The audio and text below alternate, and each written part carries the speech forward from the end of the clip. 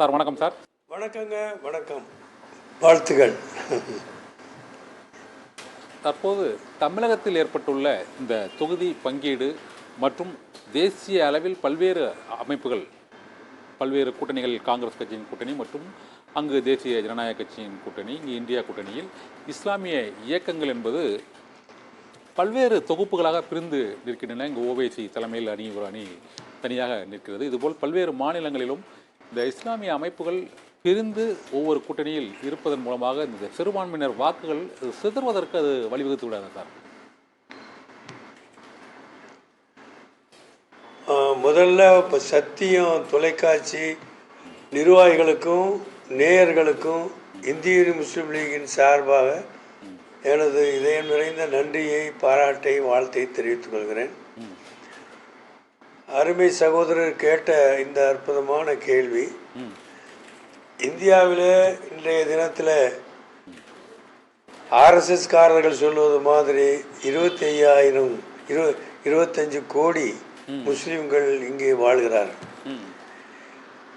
முஸ்லீம் சமுதாயம் அத்தனையும் ஒரே அரசியல் கட்சியில் இருக்கக்கூடிய வாய்ப்பு முன்னும் இருந்ததில்லை, இன்றும் இருப்பதில்லை, நாளை இருக்க போவதும் இல்லை.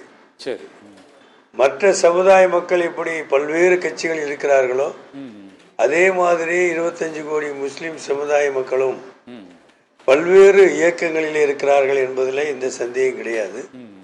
ஆனா ஒன்று, பாரதிய ஜனதா கட்சிக்கு முஸ்லிம் சமுதாயம் தனது வாக்குகளை அளிப்பதில்லை என்று 1989ஆம் ஆண்டில் இந்தியாவில் உள்ள அனைத்து அமைப்புகளும் ஒன்று சேர்ந்து மும்பையிலே பாம்பே டிக்ளரேஷன், பாம்பே பிரகடனம் என்று செய்யப்பட்டது.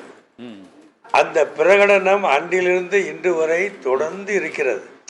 நீங்க கேட்கிற மாதிரி முஸ்லிம்களில பல்வேறு கட்சிகள் இருந்தாலும் அந்த கட்சிகள் அத்தனையும் முதலில் பாரதிய ஜனதா கட்சி கொள்கையை ஏற்றுக்கொள்ளவில்லை.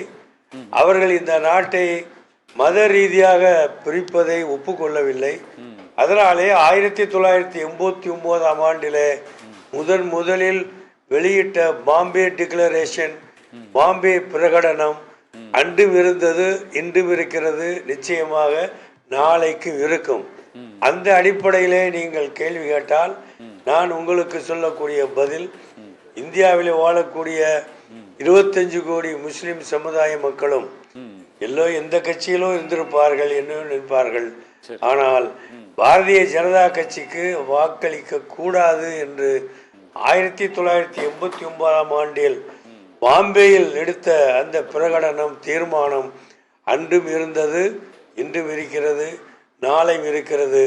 அதை ஒட்டித்தான் வரக்கூடிய நாடாளுமன்ற தேர்தலில் இந்தியாவில் உள்ள சிறுபான்மை முஸ்லிமுடைய வாக்குகள் இருக்கும் என்பதில் எந்த சந்தேகம் இல்லை.